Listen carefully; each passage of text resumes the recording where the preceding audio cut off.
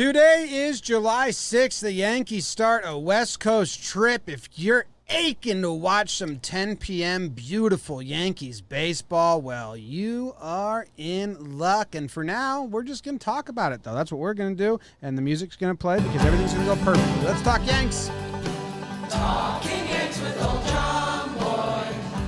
JOMBOY, Jake. Recaps galore, weekly awards, stat lines, steam, and hot takes. Get your Yankees news from these two fine dudes. It's time for Talkin' Yanks. Talking Yanks with old JOMBOY and Jake. Talking Yanks with old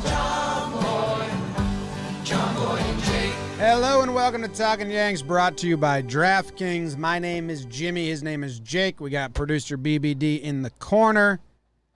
And we are so excited to talk about this team day in, day out. Love it. Love it. The 10 p.m. start today, the first one of the season. Getting geared up. Jake stayed up till 3 a.m. in preparation for extra innings. How'd it go? It's perfect. I fell asleep on the couch at 12:34 and had like a scary wake up. What was I watching? They showed, I was watching an old SNL for a little bit, and they did a skit where they showed the Braveheart when he's dying, and he's like, freedom! And I woke up like that, and I scared myself in the wake up. So that was like, oh, this is going to be a great week, huh? Falling asleep on the couch at 12:30. That's ready. like the seventh inning, bottom seven, Yeah, maybe. some Mariners, Yankees baseball. Excited to see the Mariners. I'll give that speech again. And, I don't know. Halfway through the season, let's see who's, has anyone got, like, stones? Does anyone want to be here? Does anyone, maybe you play well, you get traded. Who knows? So, excited to see.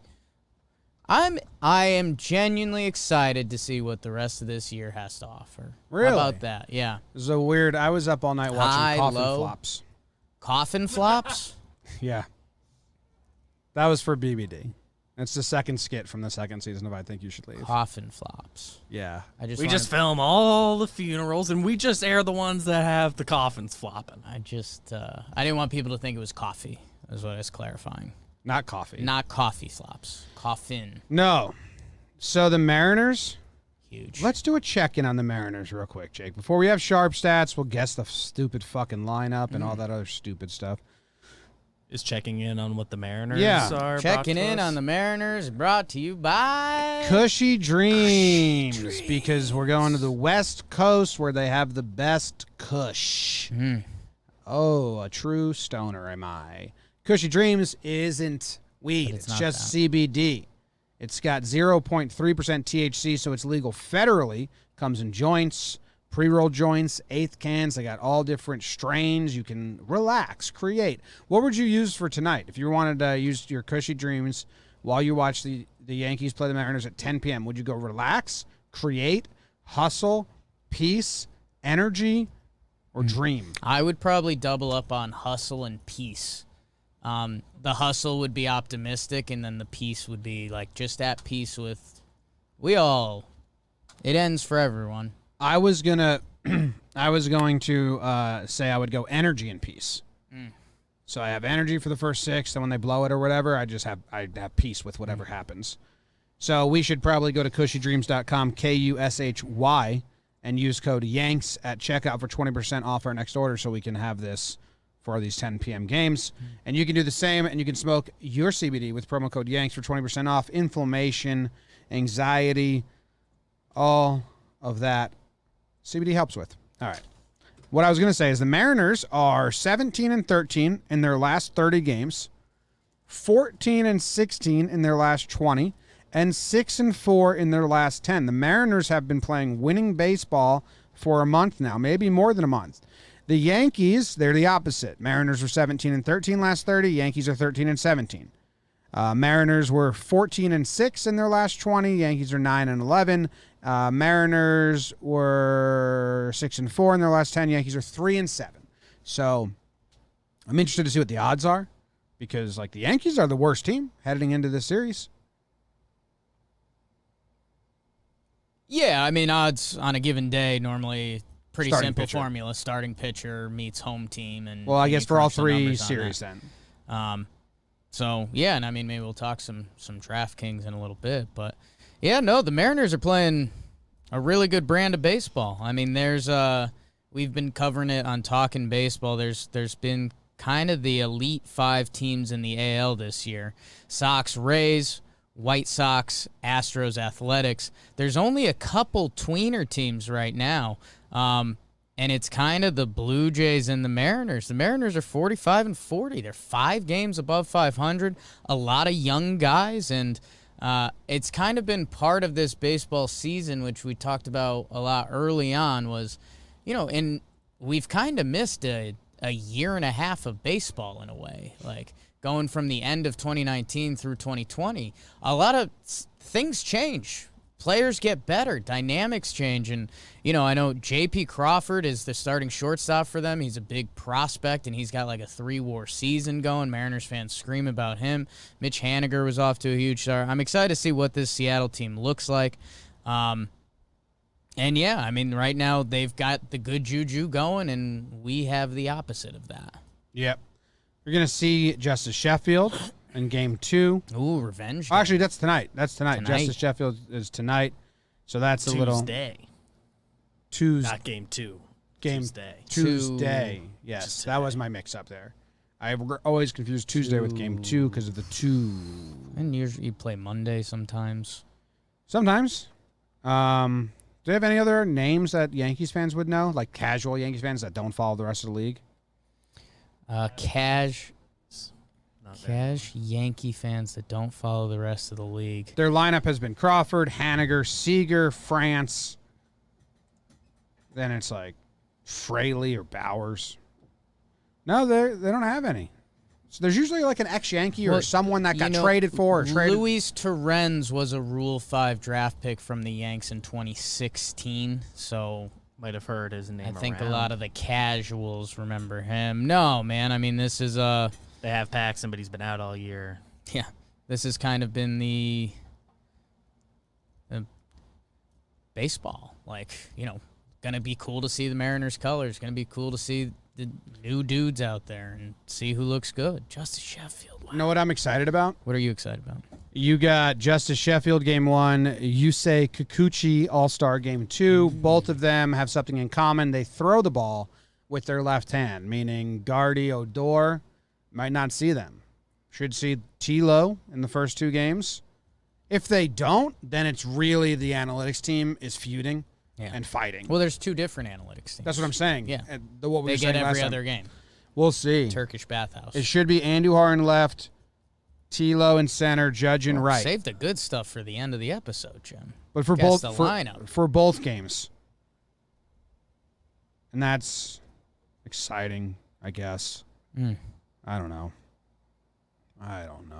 Any other news come out? Everyone's writing articles about Trey Judge. Right. That'll be a hot one. Articles from anonymous scouts saying stuff that anonymous scouts would say. Which I think is such bullshit. Yeah. It's the same thing as an anonymous Twitter account. Right. But so, like, how can you shouldn't be allowed to publish Block. that. Mute. Yeah. Muting all anonymous The fact that we're scouts. building articles around anonymous scouts is... No. I think that's, like, taboo in journalism. I don't know. I took journalism junior year of high school, and I hated every second of it. So, But, yeah, I mean, I wouldn't read that one. No, it's the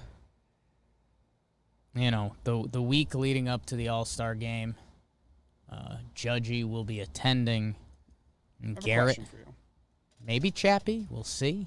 You have a question for you, yeah. On Talkin Baseball, we've been talking about how this is Gumption week. Gumption. And a lot of teams that are in limbo, or even teams that are really good, like the White Sox, that are like ahead of their division but been struggling a little bit of late, we've been saying it's Gumption week, and I love when teams play well on the bookmarks. Let's get out the gates hot. Let's finish strong. I think those are signs of good teams. So I was looking around the league at, like, this last week, I want to see, do the Reds just finish strong?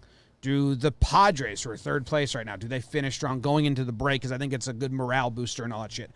A lot of times you hear the 2016 Yankees team, the fact that they had such a good August and September with Gary coming up and Didi hitting a stride in 2017, they all had in their interviews, they were like, well, actually, we ended 2016 playing really good ball. So we knew we were just going to take that in. So it is a thought process for teams. Do the Yankees even count in Gumption Watch for you? Individuals do. Okay. Individuals do, and that's kind of what I was saying before the show. Like, Luke Voit, what's he doing this year? He's been hurt a ton. Only 24 games, 198 batting average, 270 on base, 611 OPS. That's the guy who was the home run champ last year. Got his first payday this year. Like, the rest of this year is going to dictate a lot of Luke Voit's future. Gary Sanchez, who had carried the team for a little bit, his numbers on the year, 230, 337, 816. If you told us that about Gary, we'd say, yeah, sure. But, like, his second half, pretty damn important for him, too, whether he's with the Yankees or his career going forward as a catcher. DJ, it's kind of like, well, you're here. Sometimes he's looked like DJ. Sometimes he hasn't. Don't know what to do with that. Gleyber Torres, holy smokes, dude.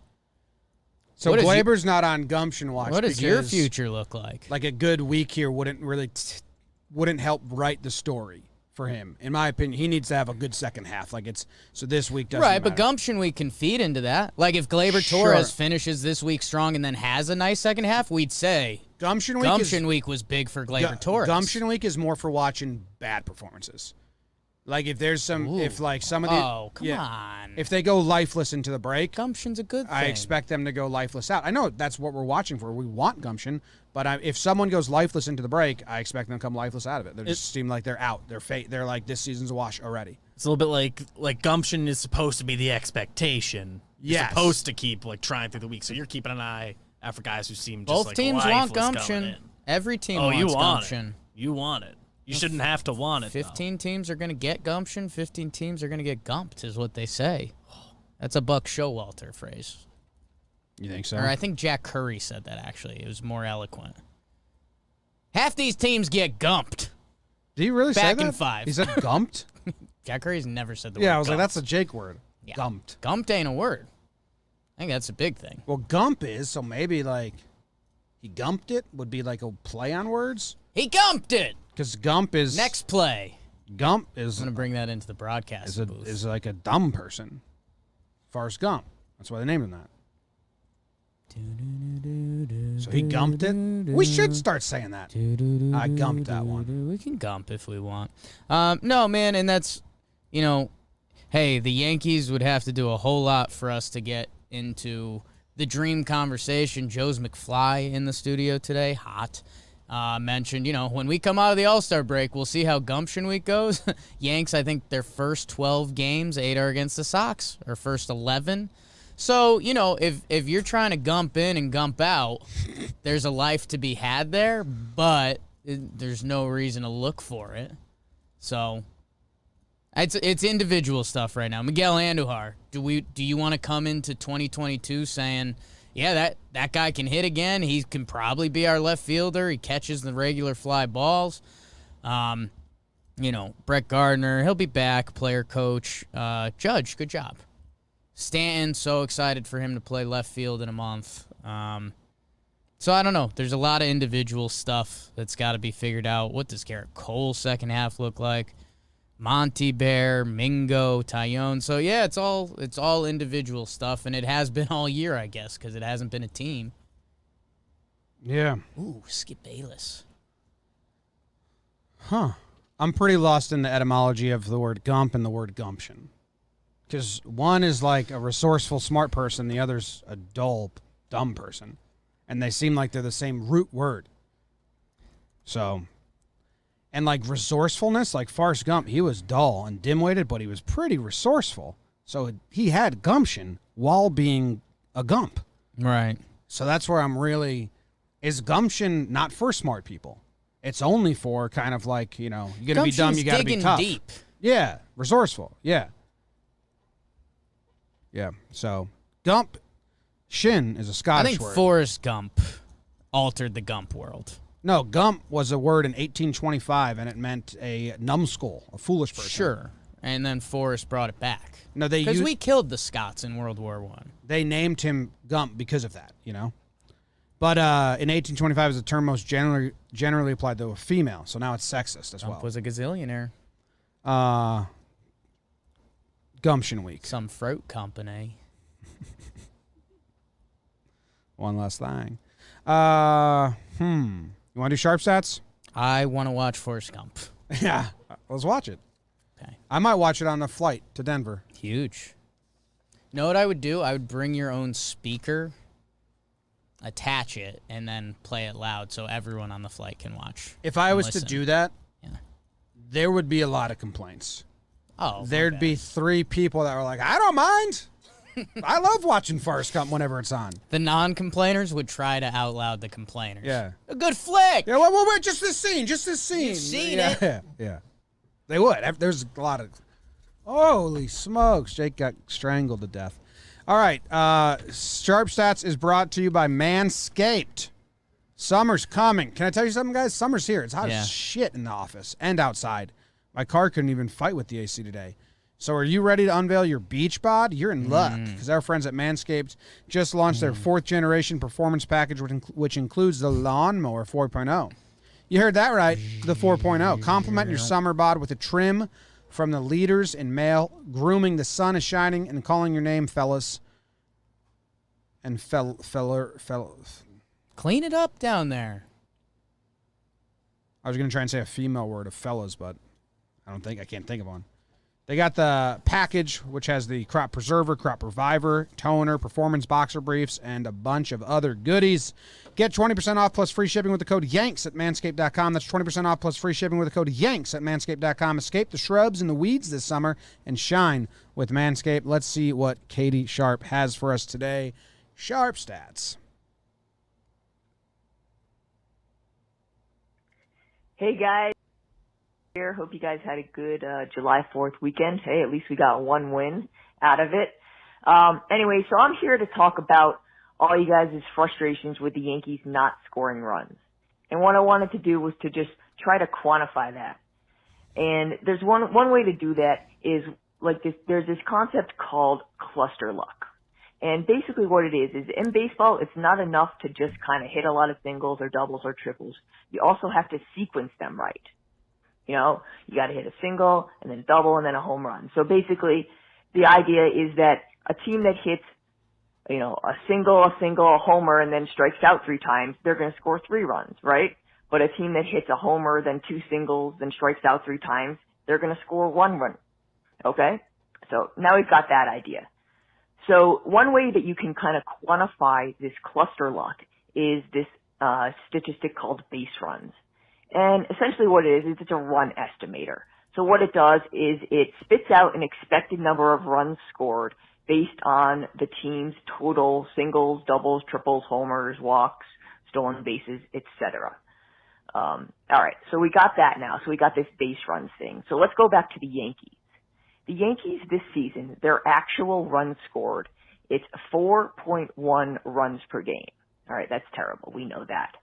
But if you look at what their expected runs per game is based on this base runs statistic, it's 4.38 runs per game. So that difference, that 0.27 difference, is actually tied for the largest in the majors, the largest negative differential between actual and estimated runs scored. And they're tied with the Nationals.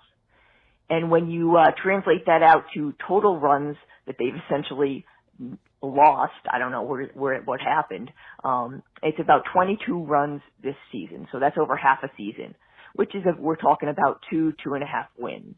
And so then you project that out to a full season, that's about 4-5 wins that essentially they could lose based on, I'm not calling this luck, this is not luck. This is what we would like to call sequencing. So there's just one way to kind of quantify the frustration that we all have with the Yankees scoring runs, and maybe it's with all the solo home runs, or they hit the 2 singles and then they hit it to the double play. This is just one way to quantify it. I don't know how to fix it. I'm not saying it can be fixed, but I just kind of wanted to present you guys with a new idea there to talk about. All right, see you guys later. Bye. Wow. Thank you very much, Katie, the queen of stats. I feel like I just got so smart. Do you want to compare notes? You didn't take good notes? I took Jake notes. My notes don't translate for a lot of people. Just give me one line of your notes from that call. Top line, all caps, cluster luck. Yes. That's a no-brainer. Yes. Enter, second line, all caps, base runs. You got it. That's the name of the stat we're talking about. Base runs. Well, cluster luck, base runs is tied to cluster luck. Yeah, I'll explain it to you after this. Enter, all caps, Yankees. Okay. Yeah. Enter, 4.1 RPG. Runs per game. Yeah. Enter, 4.38 expected RPG. Largest negative differential tied with Nats. I have that line verbatim. Largest negative differential. I put comma tied with Nats. I put W/ with Nats. Yeah. Enter, total runs. They've lost 22 runs this season. I also wrote that down. SZN for season. 2.5 wins. In personal notes, you went SZN? Yeah. Style points for yourself? Quick, tidy. Save yourself time. And then 5 wins over the whole season. So that's what I got. Wow. Yeah, basically the same. Cluster luck, sequence the hits, expected number of runs scored based on the offensive stuff. So, I know how to fix this. Okay. Don't bat Rugi fucking Odor 5th or 3rd because he's a lefty all the time. Seems like you should stack the good players. They always put a better hitter 7th and a worse hitter 6th because they want balance. Maybe it seems like if you have 5 good hitters, stack them and hope those 5 run into luck together. Do it. That's a theory. I like that. Unfortunately, I've been asking for more Rugi lately. It felt like when we were winning games a week ago, Rugi was like actually playing. And during this losing, Rugi hasn't been playing. So usually you balance out. It's a weird attachment thing. Usually you balance out lefties and righties. The Yankees are balancing out left and righties, but they're also just balancing out good and bad. So you get a hit, you get a strikeout. You get a single, you get a strikeout. You get this, you get a double play. Stack all the good guys, I'd say. I think we're going to see that with all 2 lefties on the mound in Seattle. I think we should see, and we'll guess the lineup at the end, we should see a full stack of, don't miss, like, if Gio is 7th and Glaber's 6th again, right? I think that goes against the cluster luck theory. Right. You want to group all your hits luck. together. Yeah. Yeah, I mean, let's be honest, all of it ties together. Like Katie mentioned, all the solo home runs. I mean, those stats are like mystifying. I don't know what the right word for it. And the double plays, I think you get there pretty easily. And we've talked about it a lot, but I do think pitchers know that the Yankees are willing to take their walks, which is fine. And if you make pitchers pitches, you get the Yanks out pretty easily. They all those righties kind of have the similar hole. So I think we've seen. Maybe it'll be my follow-up with Katie. Like, how many innings when another team draws a walk? I would love to know, like, how they score runs that inning versus the Yankees. Because I do feel with double play balls and kind of pitchers not living in fear of the stuff we talk about, the double in the gap or a hit and run or anything else that you fear when you're playing another baseball team that the Yankees don't offer because they're supposed to be a 3-run homer hitting team, and they just haven't been that this year. Yeah, I think, this boils down to very basic stuff, and a lot of the analytic people, this is a take that gets shit upon, but right now I wish they would reward players for base hits. Like, get a fucking star system in the dugout. And if there's a runner on first and you hit a single, or you get 4 points. If you hit a double, you get 3 points. Reverse slugging percentage. Ooh. I'm still rooting for dubs, I'll be honest. A couple doubles would be great. Just get on base, man. They just swing for the fences and they get pitched to and they hit double plays. Like, drive the ball. It's kind of the Gary Sanchez. It feels like the conversation we had with Gary for the last couple years. Like, Gary was pulling off trying to hit homers, and we said, Gary, like, where's that double the other way? I think we need a point system. I think we need barrels. I want barrels. You beat the shift? That's 10 meatballs. Points.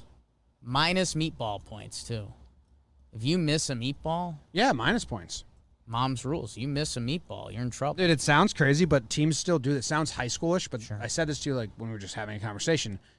I was talking to my dad, I think. I was like, professional teams do the shit in high school that you think while you're in high school is high schoolish. Right. Like Kay Long, when he was the hitting coach, had a scoreboard for runners on third with less than 2 outs, and he had a team leaders of who got that runner in the most and who made out, and it was like a battle. Right. Because they would go in the clubhouse, it was on the whiteboard, and they wanted to like do that shit. Tim Locastro's winning. They don't, man. Build a culture.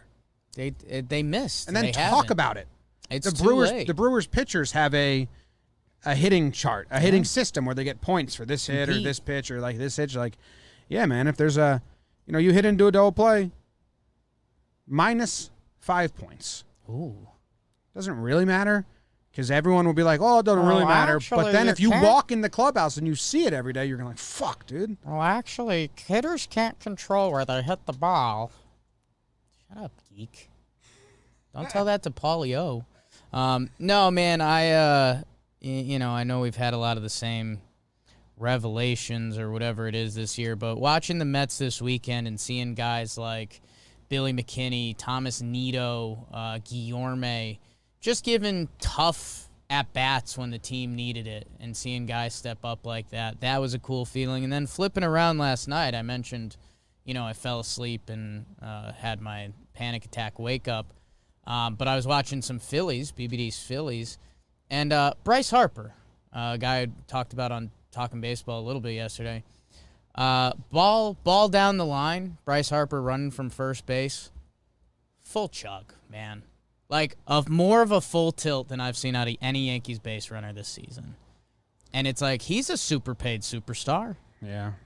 You know, It's tough. It's tough because they're under 500. Like, there's things that I see on a field and I get reminded that this Yankees team doesn't do them. Whether it's just hustling for extra bit. Like, you don't have to be fast, but you can still hustle and go. And, like, we rarely see guys do that. It's normally like, who's limping? Who's got the bigger limp today, Gio or Luke? And I don't know, man. It just... maybe chalk that up. The baseball butterfly effect. The Yankees Limp lose points. at it. If they don't hit 2 3-run homers, they're going to lose. And what are the odds of hitting 2 3-run homers in a game, geeks? I'm going at them today. Go at them. Yeah. Get treats. Ooh, dugout treats. I'm in on that. Teams do that too. Like Yeah. fun teams. Like you get gum. Yeah. I said this so long ago. I said this back when we were getting yelled at for being too negative, for being down on the Yankees too early, when it's been like this for 2 years. Bang. Some sort of culture. Right. The toe cam was fun. Token. The chops were fun. They don't do shit, man. They do this, which they all do like half embarrassed to do it. Yeah, because like- they know they don't have a thing. They're forcing that one. They're just like, "Oh." You never see. Miss you, Tommy Kahnle. Remember when you see a slide into second and they'd come up clapping and shooting their guns or clapping into thumbs down right at the dugout? Like when they do this one or fours, they just go like, Four Worms had a moment. Four Worms was cool. Four Worms had a moment. Let Brett Bang was They fun. have nothing. Yeah. They have nothing. Dono gives you a massage. If the team gets 3 hits in a row, Licks your face. yeah. Whatever you want. From Dono. More Marlin Non-sexual. and Dono. Is that what we need? I'm just picturing Dono and Marlin having great conversations while the The game's going on. best. I'm picturing them shit-talking the guys pretty hard. Yeah, for sure. I have like a guy needing to get taped up, and Marlon's like, tape wherever. He just likes tape. Line up a Dono-Stanton race? Yeah. I think Stan will win. Might be the Marlin? hardest 2 ones because so much is on the line. Marlin? Marlon might beat Stan right now. Marlin's got that kind of fit Nordic track look to him. He does an elliptical, Yeah. and he's got an outfit for his elliptical. A biking spandex outfit. No, I actually have him in like a windbreaker zipped up, and you're like, you got a jacket on. He likes the extra sweat, though. Yeah. All right, let's go to our last segment, which is brought to you by DraftKings. Download the top-rated DraftKings Sportsbook app now and use promo code JOMBOY when you sign up to turn $1 into $264 when you bet a main event fighter to win by first-round knockout. All you UFC fans, UFC 264 is coming up. McGregor versus Poirier. 3. Who are you rooting for? I could say Poirier, but by the time you see Conor McGregor hop in the ring, everyone roots for Conor McGregor. It's what he's awesome at. All right. Well, bet on him, $1, and when you sign up, you can turn that into $264 if you bet on them to win by first-round knockout. Place your bet and watch the fist fly this weekend. That's code JOMBOY to turn $1 into $264. Only at DraftKings Sportsbook. Must be 21 or older. New Jersey, Indiana, or PA only. New customers only. Restrictions apply. See DraftKings.com/sportsbook for details. If you have a gambling problem, call 1-800-GAMBLER or in Indiana, 1-800-9-WITH-IT. Let's do our favorite segment of the midweek show and guess the lineup. We actually got it correct. Yeah. Last week for the first time ever. Hot. Which is nice. So, with a lefty on the bump and a rest day, I'm going DJ LeMahieu leading off. That would make sense. You think so? Second base. Right? Yeah. Judge, right field, batting second. Like that. Gary, catching, batting third. Stanton, DH, batting fourth. I guess Voit. I might move. Has Gio been hitting? Gio's around. He hit. He was the only hit that mattered He had last the home game. run. Yeah, home run in game I'd move 2. Gio there. Gio in front of Voit. That'd be fun. I don't know if they do it, but that'd be fun. I'd be open to it just because it's a different offensive profile. They have not done it yet. But when Voit slid up to 3, Gio went to 5. So it would be a move. Be the first time they move, but I think a nice shot to Voit. I don't think they're going to do that. No. If I'm guessing honestly, I think it's going to be Voit there. At 1B, I think it's going to be Urshela at third base, batting 1, 2, 3, 4, 5, 6. And then you get, I think it's going to be Andujar, Glaber, and Locastro. So I think we can chalk Locastro as 9.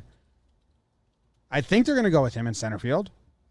Yeah, I mean, there is a chance they do the Judge in center, and they do Who would be right? Clint's gone.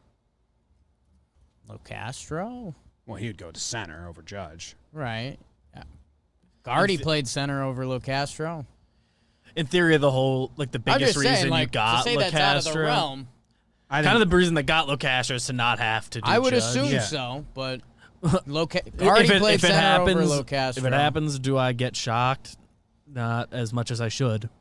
But, so, if it's... But I would bet on You'd like to think. Tilo center, Judge right. I would go Glaber 8-hole, Andujar 7, but I think what they like doing a lot is having their 6-hole hitter be worse than their 7-hole hitter.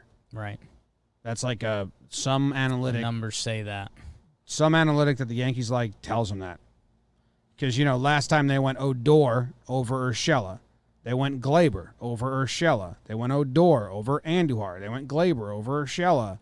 The 6-hole hitter has been not a hot hitter. So that's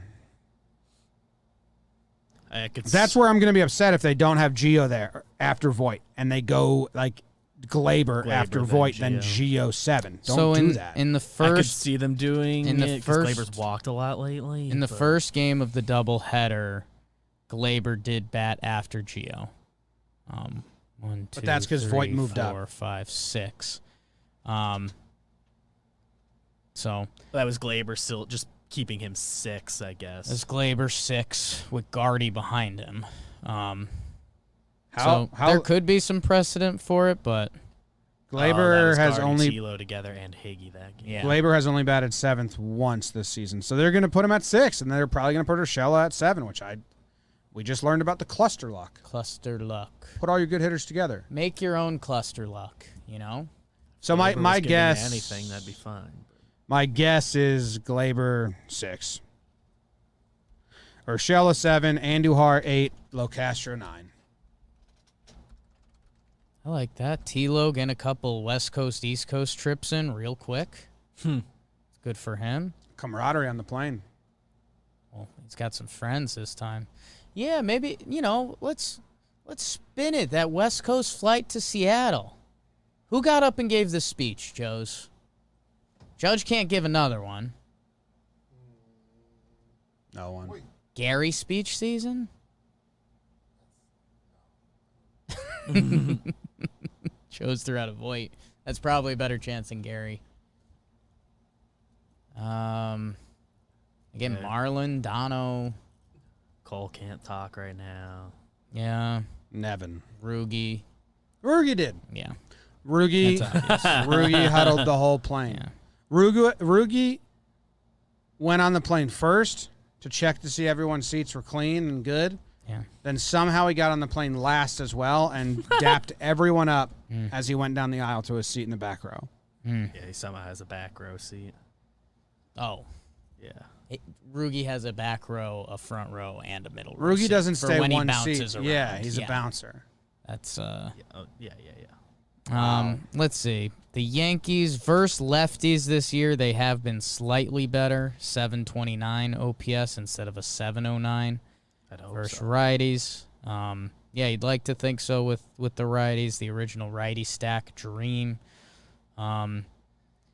June was easily their best hitting month, and then July they've been wretched so far. So, hey, less sticky stuff. Hopefully the Yankees can find it again. And, they did face a Mets starting pitching that's the best in baseball currently this year. So just hit, man. Be a good watch.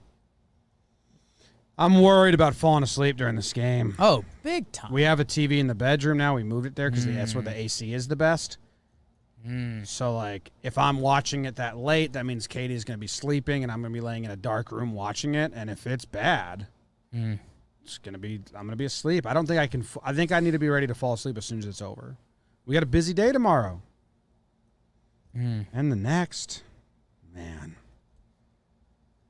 I ended up in the Yankees splits, which I haven't done a lot this year. Okay. Let's do highest OPS by batting order position. 2 is the highest. Two is the one. That was the layup, and the second one's kind of a layup too. There's two hitters that have been having good seasons, and another guy took the spot. So it's 2 and 3 up top. Yeah. 2, 3. Because for a while 3 was. For a long time, we had dead spot at 3, and it was really low. So that shows Gary how was good there, Gary's been and then in Stanton there. had it for a little while he was also And they good. did the Stanton 2 Judge 3 thing for a little bit. 7? The third best hitting spot on the Yankees this year. I guess 1 or 7. 7 would be my guess. 9. The 9 hole. What is it? What's the 9 hole OPS? 764. You want to If you- guess? You want to guess fourth? That's kind of not even sad. Yeah. Is it then 7th? 8th. Well, that one. So that the hurts the me. highest OPS by batting position in the Yankees in order. So the second hole, 3rd, 9th, 8th, 1st, 7th, 5th, and 4th, and then 6th last. So the kind of what used to be the meat and potatoes of a baseball lineup, 5, 4, and 6 are their last with a 680 OPS, a 663 OPS, and a 626 OPS. Tie that into your clusterfuck. Higgy, Rugi, Clint, and Gardy. Fuck. Higgy, Rugi, Clint are the ones that have had success in the 9 hole. I was wondering, who is doing that for them? Jeez. What's 6 hole hitter? Is that the worst? That's the worst. 626 OPS. I would assume. See what I'm it's been saying? way It's more than why that. does there second worst is 4th, the cleanup spot. So that's also bad. Yeah, but 6 is their analytics spot, tells them to bat better players below 6. I don't get it. Show me the science. Ooh, I've got another. Okay. One more, then we got Jakey's funky stats of the week. All New right. segment. Yeah, hold on. Let me get the soundbite for Get the it. sound bat for Jakey's funky stats of the week. Ba-da-da-da-do-do-do. Oh.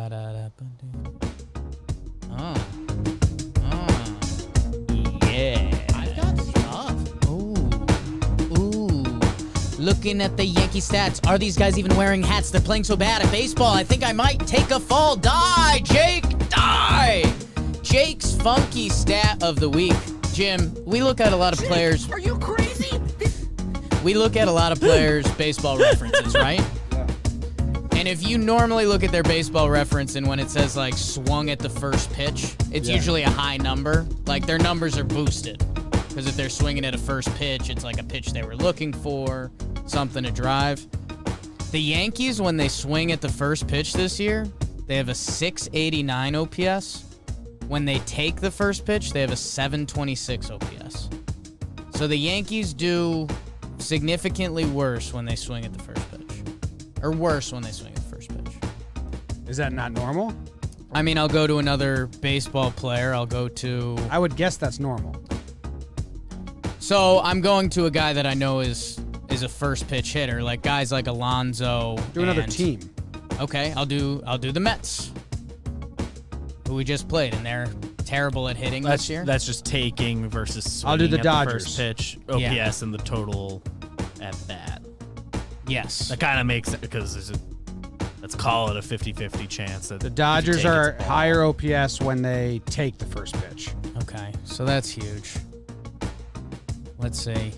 Batting the Mets. Now I'm in Mets splits. That's how the Yankee season is going. I'm in Mets splits coming up on the All-Star break, and I hate it. Oh, the Boston, it's the 773 when they swing, 754 when they take. So Okay. I don't know. That's very similar. Mets are... Oh, no, that's leading off the inning. Where'd my first pitch stat go? This music's driving me nuts. Houston's better when Mets. they take. No, that's a wrong side. Mets are a little slightly better at swinging at the first pitch. Houston's better 812 when they take versus 751. I don't know if that matters at all. Okay. Maybe the Yankees want to lie and say we know for a fact the Yankees have the biggest drop off. Yeah, they do. Sure. For sure. You heard that here first, and that's a fact. Jake. All right. Take Thank you guys more. very much for hanging out with us. We will see you at 7 o'clock for the pregame show. It's just going to be a Zoom. We're not going to be in studio because we need to go home. At some point. Go Yankees.